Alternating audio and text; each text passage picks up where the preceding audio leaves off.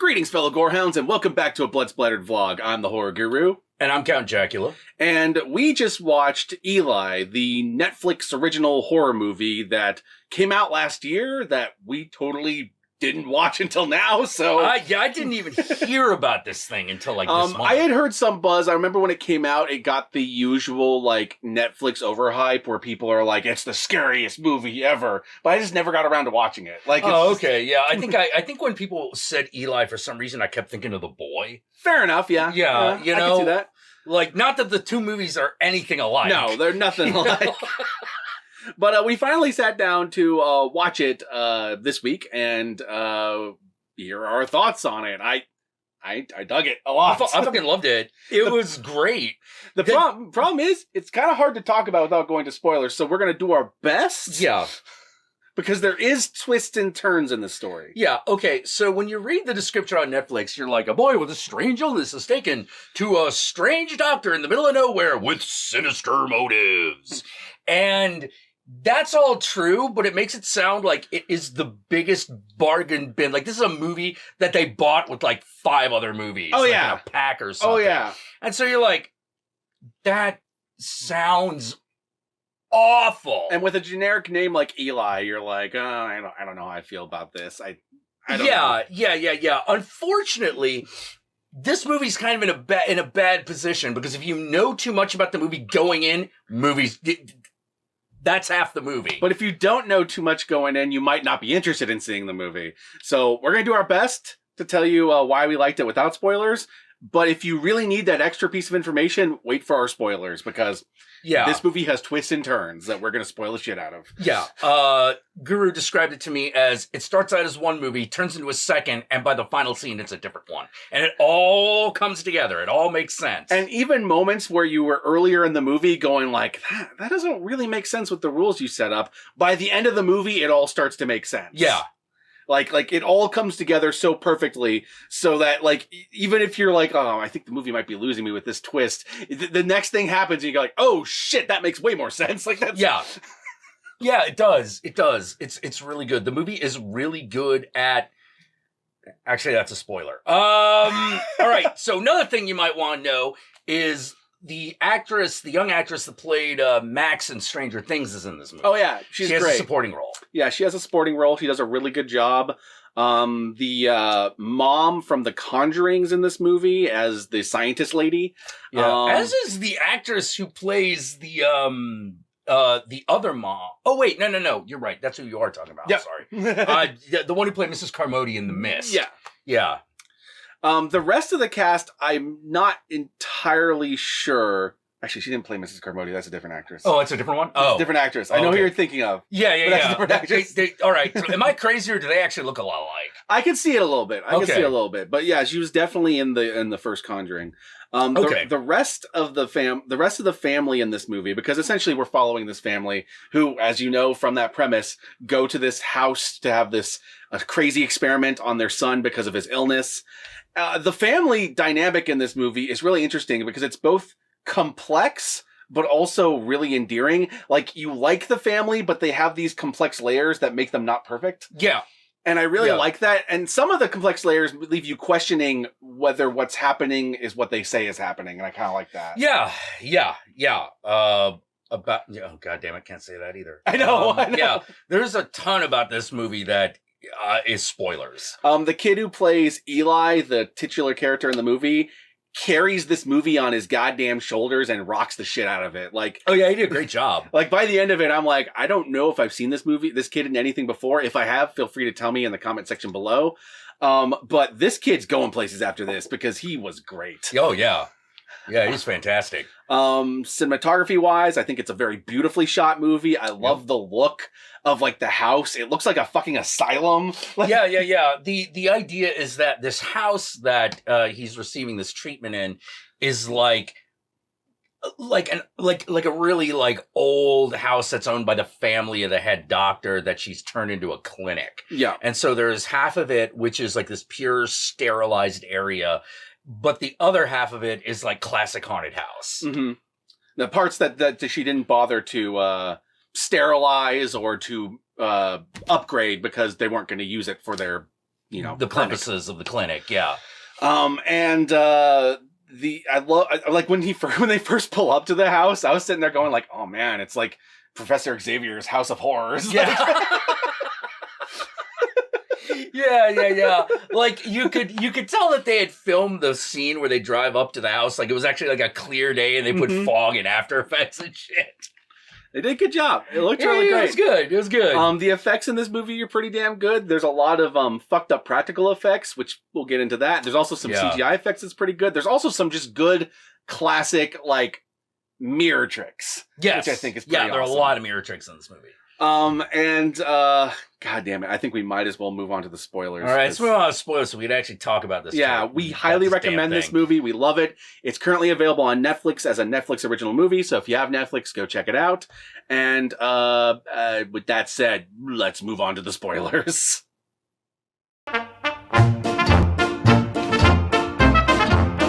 Okay, one of the first spoilers is that the title gives you a hint as to what's going on. That's true. It's one of those, you couldn't even properly give it a different title because it in itself is a clue. It is actually the perfect title for the movie, as generic as the title sounds. Yeah.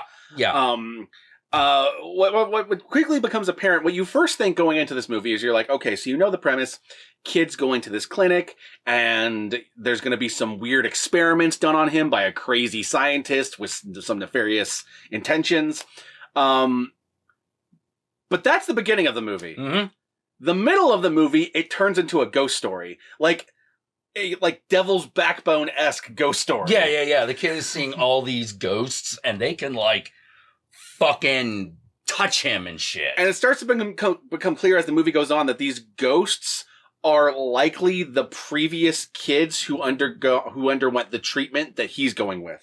Yeah. But there's a question of whether or not the ghosts are really there, or if the medications he's taking and the experiments that are being done on him are causing him to hallucinate. Yeah. Until it gets to the point where you're just sort of like, okay, well, unless you really fucking pull the rug out from under us in this last scene, these ghosts are real. Yeah.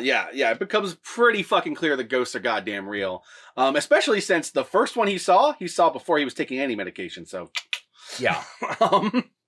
There's also another layer to this in that there's this girl who lives next to the clinic who keeps like throwing rocks at his window and getting him to come down to talk to her through one of the atrium. The atrium, that's all. There's a closed off atrium that he can get in. Basically, he has a disease where he can't be out in just plain oxygen because there's just way too, he's allergic to everything. Yeah.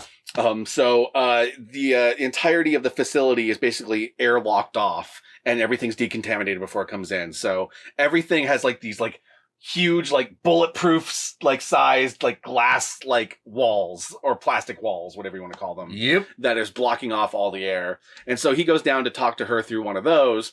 And she starts to like help him unravel the mystery of the ghosts.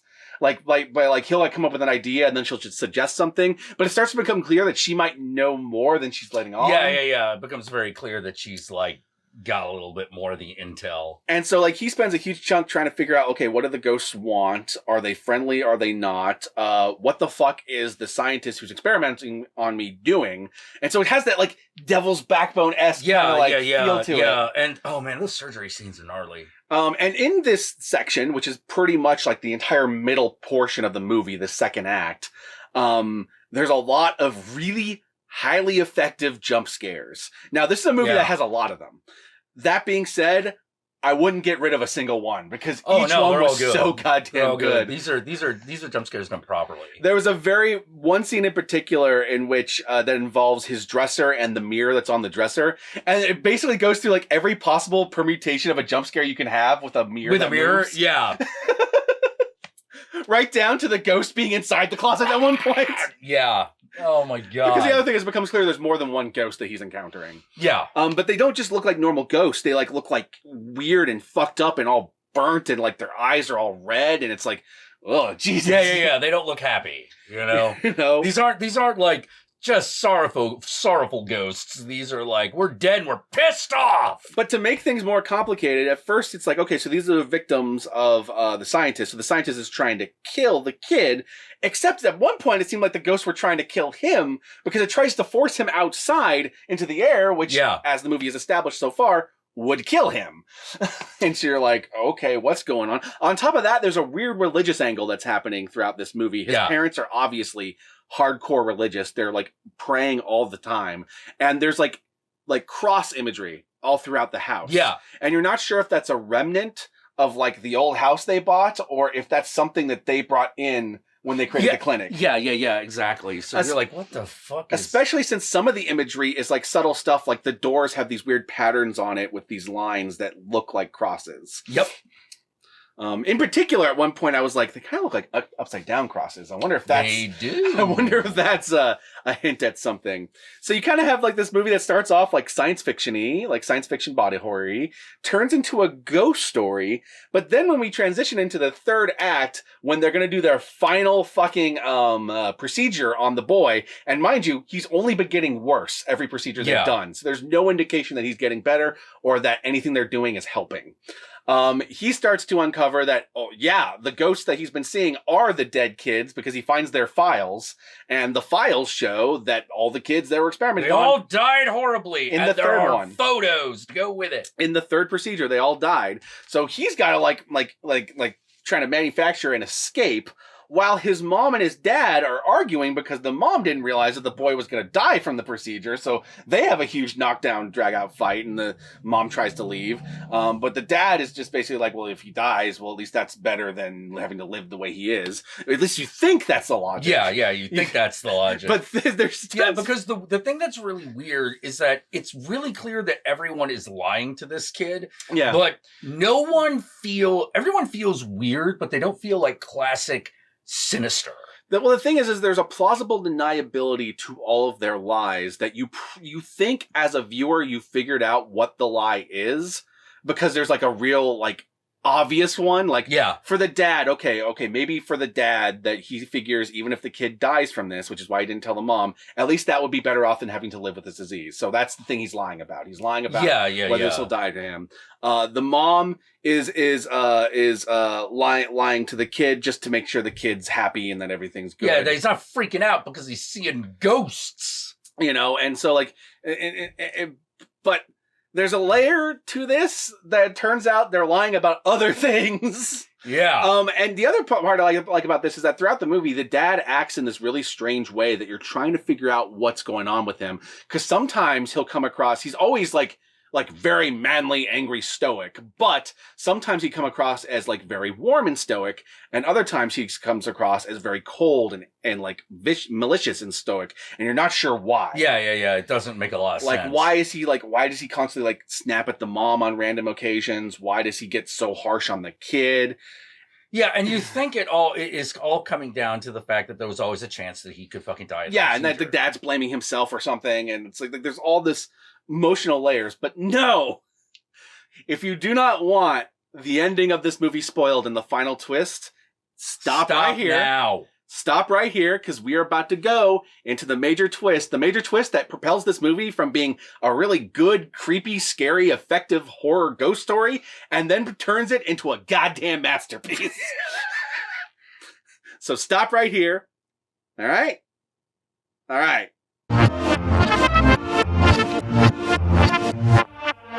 Here we go. He's a demon. Yep. The kid is a demon. It turns out the kid is the son of the devil. Yeah. And that this clinic is not a scientific clinic. It's actually a clinic run by these three nuns that essentially specialize in either curing or killing demons. Yep. They destroy the children of Satan. The lie they tell the parents is that they can save the kid, but the real reality is they only save through killing. It's essentially saving the soul situation. So they're lying to the parents on that level. Yeah. They think they might have a clue, but there's really no evidence that it works. The dad is lying to the mom because the dad knows this. Yeah. So the mom doesn't know this. And the mom is lying to the kid because the mom has basically convinced the kid that he has this disease where he can't go outside, when what really is happening is that they're injecting him with holy water to dampen his powers, and that's what causes the rashes. Yeah. Because otherwise he's got like carry times 10. Well, it doesn't really cause the rashes, but his rashes start to form when he starts to form his powers. So they're like, yeah. Because like they're burns, and so it's a hellfire coming through. So like they're injecting him with holy water. That's the medication they've been giving him. That's what the IV drip they've been giving him this entire time is, and that's why he keeps feeling worse and worse. Is because he's just been fucking like mainlining holy water, and he's the fucking Antichrist. Yeah. And Max, or what the character, I forget the character's name in the movie, but the actress who plays Max from Stranger Things, she has been helping him this whole time because she is his sister. Yeah. She is also a daughter of the devil. She's also the daughter of the devil. You know? And all the kids that were experimented on were also children of the devil. And we find out at the end that the reason why she didn't directly help him is because Satan has this rule that you got to earn your place in hell, so that you got to save yourself. You got to like... You got to get out of there. So she couldn't directly help him, but she decided to give him hints because she liked him. And this leads to probably the most glorious and magnificent climax of a horror movie I've seen in a while. And that's when like he figures out his powers, not necessarily realizing he's the Antichrist. Yeah, but he figures out what he can do. Yeah. And just all fucking hell breaks loose.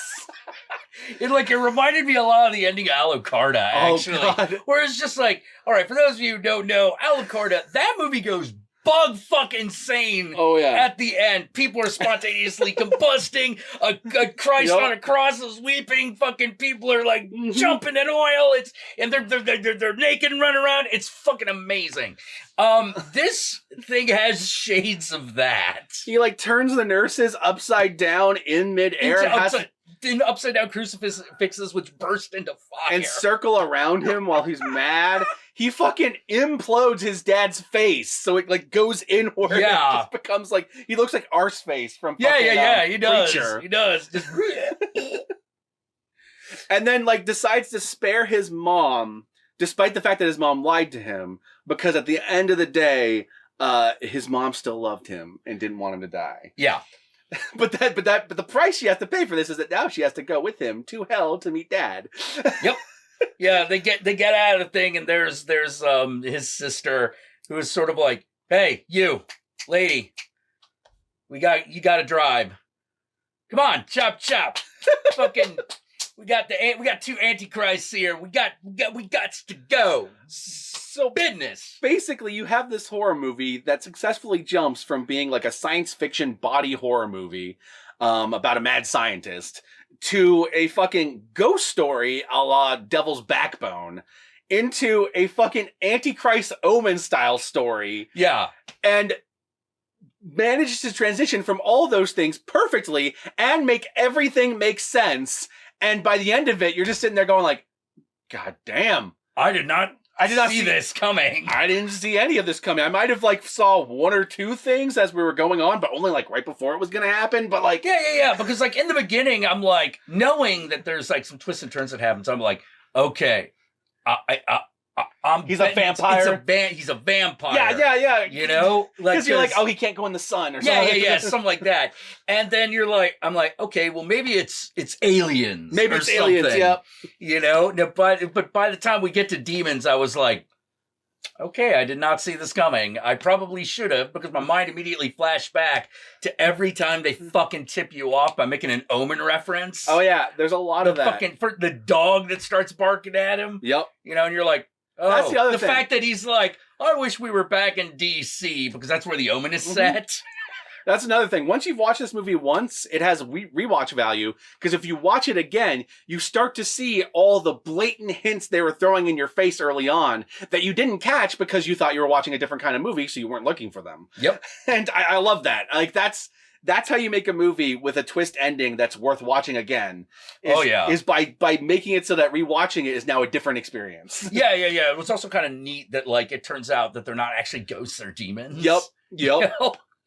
Because you think about it and you're like, oh, actually the shit that they're doing is a little bit more classically demon than ghost. Oh, we didn't think of that. This ain't some poltergeist shit. This is some possession shit. Yeah, exactly. And what I also liked about it is that the ending of this movie, knowing that he goes full on Antichrist and fucking kills everybody, it's all great.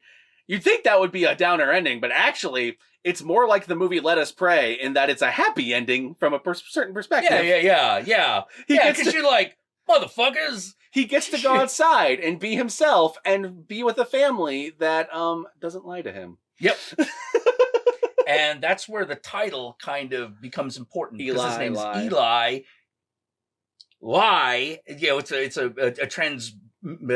We switch the letters, fucking around, but not exactly backwards. Yeah, lie, and also he lies, as in the devil. There's also the code that's within the movie, the 137. Yeah, 137 that he uses to get through the door, which is a nice little nod. That's a nice little small detail. Oh yeah. Like, although I do find myself going like.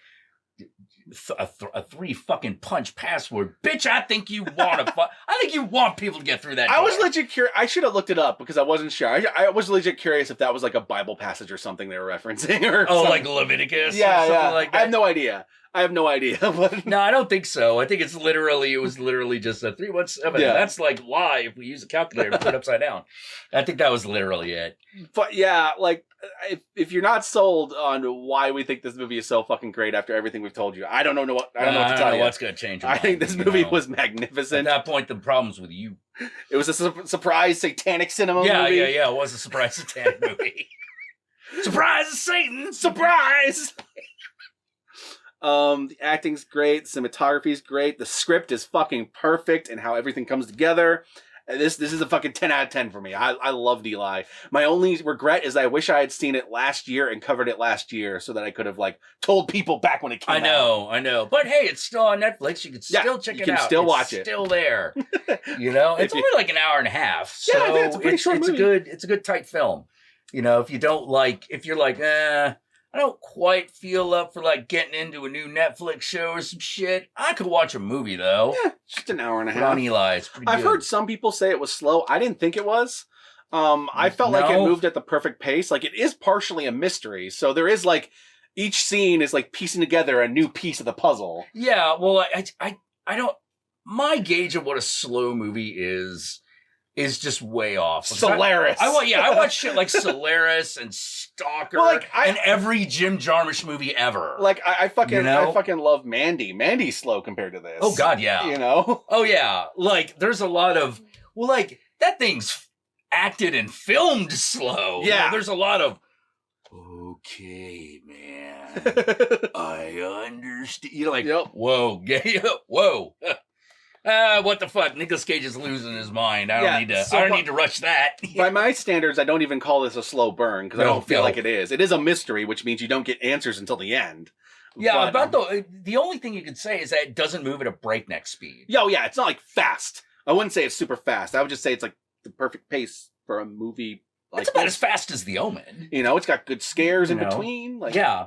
I don't know. Yeah, it's paced like it's got that same kind of pacing that horror movies often had in the 80s. Yeah. Which is like, oh yeah, things are moving along pretty quickly, but they're not like, it's not like, and that's when we fucking went off into space. It's not like J.J. Abrams' third Star Wars movie. No. Good God. Like, get into overdrive. That shit could have slowed down. Like, a 2.5 hour movie, I'm like, whoa, you need to fucking slow down, Oz. So yeah, I highly recommend Eli. And where can they find you, Count Jackula? Well, you can find me on twitch.tv at Count_Jackula, where I stream twice a week on Wednesdays, 6 p.m. Pacific Standard Time, and again on Sunday, 9 p.m. Pacific Standard Time, and we talk about all sorts of groovy things, and you might want to follow me because we also stream randomly during the week. In fact, I might do that later tonight. And you can also find me on Twitter at Count_Jackula again, and on Instagram at Satanic Jackula. Hell yeah. And y'all know me, I'm the Horror Guru. You can find me at the Horror Guru on Twitter, on Twitch, on Facebook. Just look up the Horror Guru and Blood Splattered Cinema and I'll be there. And I sincerely apologize to anyone who looks me up right now because we're currently in the Democratic national primary election season. So almost all my posts on Twitter are nonstop politics. So I apologize. And be sure to like, comment, and subscribe to this video. And if you haven't yet, be sure to ring that notification bell so that you're notified of my videos immediately upon their upload. And if you want to help my channel more directly, then be sure to check out my Patreon page. And if you decide to go the Patreon route, know that even $1 a month can go a long way. And my buddy Count Jackula also has a Patreon page. And again, even $1 a month can go a long way.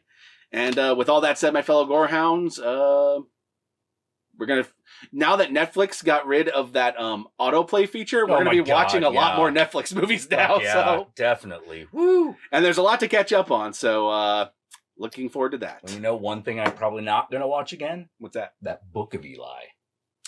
Yeah, that movie was disappointing because on one hand, Denzel Washington as a blind fucking, like, essentially post-apocalyptic samurai preacher. Yeah, that's amazing. But the religious angles of that movie really bog it down. Yeah, which is weird considering you kind of had that from the get-go, yeah. Right? And you're just like, wow, I think you like, oh my God, it's Jesus! Like, oh my That just lost me. That lost me because I was just like, I was totally down for Denzel Washington's Adoichi. Yeah, down for that, but yeah, no, that's not a story for another day. So peace out, my fellow Gorehounds, and we'll catch y'all later.